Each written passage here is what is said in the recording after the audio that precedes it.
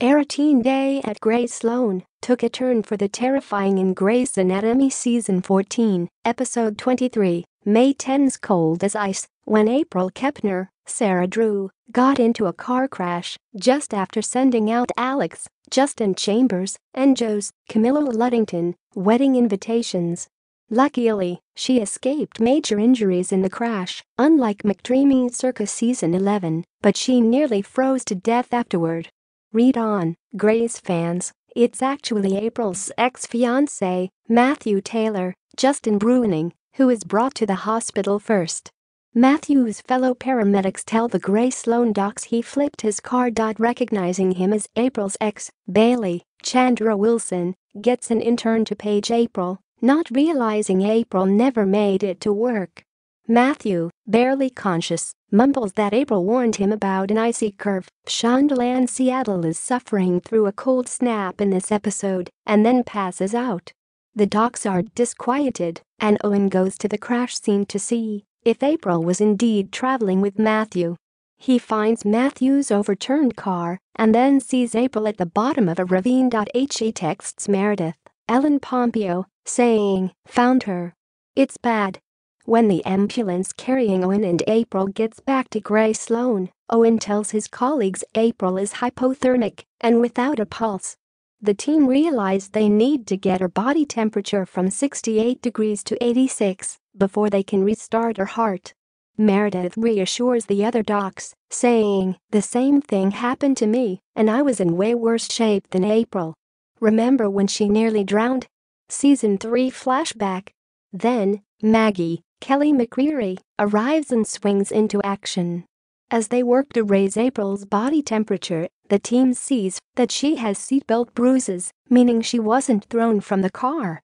Owen speculates she dialed 911 but then fell into the ravine in her disoriented state. The news of April's duress makes its way around the hospital and beyond. Ben, Jason George, finds out, for example, and comes to the hospital, still in his firefighter gear. Alex finds out too, only because Mur finds him on his way to a wedding cake testing April had arranged. "She was everything I wasn't, everything I had to work to be," he tells Mur, who tells him to stop using the past tense when referring to her.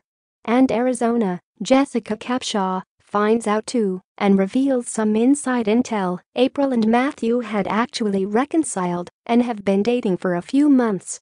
They had bonded over their respective grief since she lost a child and he lost a wife. April didn't want anyone at the hospital knowing because she didn't want anyone's judgment. She's in love, Arizona says. The only person who isn't informed of the April crisis is Jackson.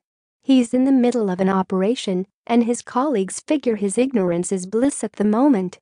But when he steps out of he overhears an intern talking about April's situation, and he runs to the ER to be by his ex-wife's side.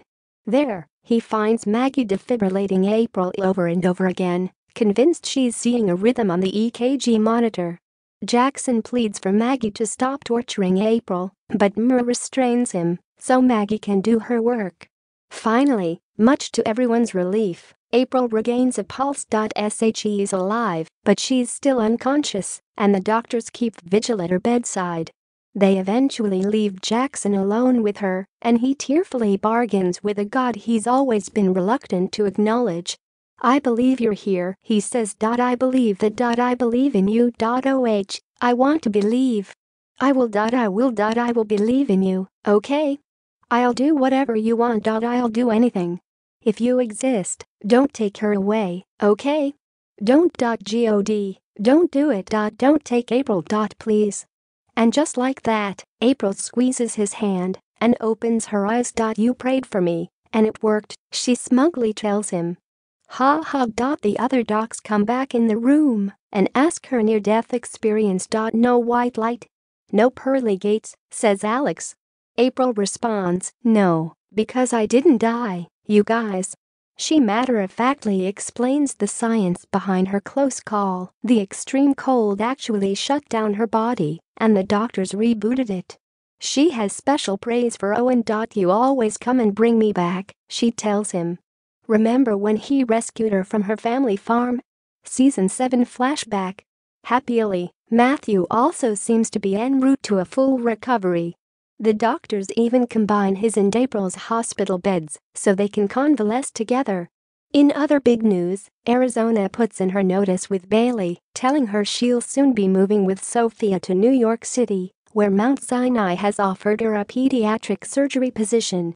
Bailey is shocked and saddened by the news. Amelia is worried she only operated on Nicole because of her own judgment swaying brain tumor, and she has no idea whether to tell her about it.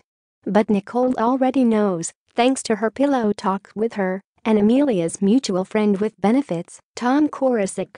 Sex when you're blind is way better, she informs the docs.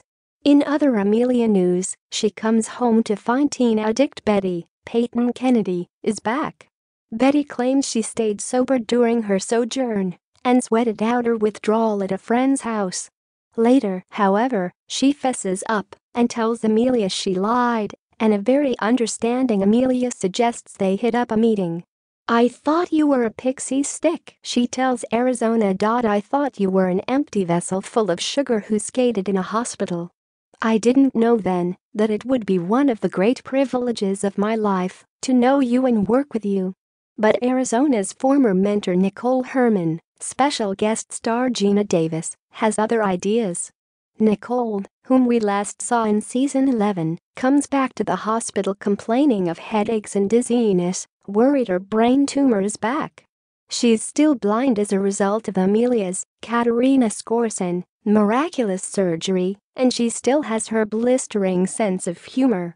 Good to see you, she quips when Amelia and Arizona enter the room. Getting back to Nicole, her symptoms are luckily just a result of a cerebrospinal fluid buildup, as the docs realize. As she and Nicole talk, Arizona says she's upset with Nicole for essentially ghosting her, but Nicole says she has been following Arizona's career closely and is very impressed with her maternal mortality prevention protocols. In fact, Arizona's successes saved Nicole from a dark place, she says. She realized she had effectively downloaded all of her fetal surgery knowledge into Arizona's brain. I could save more babies by training more Robinses than I could by myself with 2 working eyeballs, she recalls thinking. So she wants Arizona to join her in founding the Robbins Herman Center for Women's Health. She originally wanted to call it the Herman Robbins Center. But that makes it sound like we're a dude. Arizona cautiously asks if they could do it in New York, and when Nicole doesn't say no to the idea, and Arizona joyously hugs her. So there we have it. We know why Arizona is leaving Grace Sloan, at least, and the newly resurrected April will probably be leaving to find a new career with her new lease on life. First, however, is that Joel's wedding in the season 14 finale. Save the date for May 17.